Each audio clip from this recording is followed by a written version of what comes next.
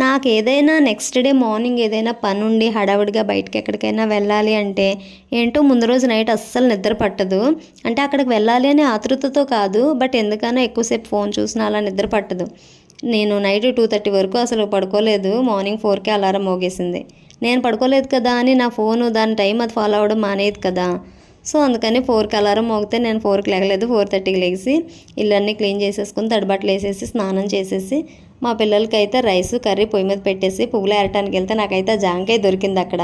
అంటే నేను పువ్వులు కోసుకుంటున్నాను, ఆ కొమ్మ ఇలా లాగి పువ్వులు కోస్తుంటుంటే దాని లోపల జామ చెట్టు ఉంది. దానికి ఎప్పటి నుంచో కాయ ఉందనుకుంటా. నేను డైలీ వెళ్తా పువ్వులు కోయటానికి, కానీ ఇవాళ ఏంటో అది ఇలా బండి మీద పడి నా బొట్టులో పడింది.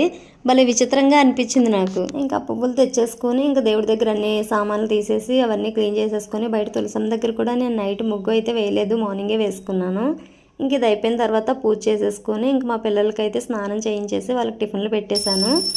ఇంకా అంతే, వాళ్ళు కూడా దేవుడికి దండం పెట్టేసుకున్నారు. వాళ్ళనైతే బస్సు ఎక్కించేసి వచ్చేసి ఇంట్లో పనులు చూసుకున్నా. మళ్ళీ స్కూల్కి వెళ్ళాలి. మా పాపని హాఫ్ డే ఉంచేసి తీసుకొస్తా, హాస్పిటల్కి తీసుకెళ్లే పని ఉంది. Bye bye.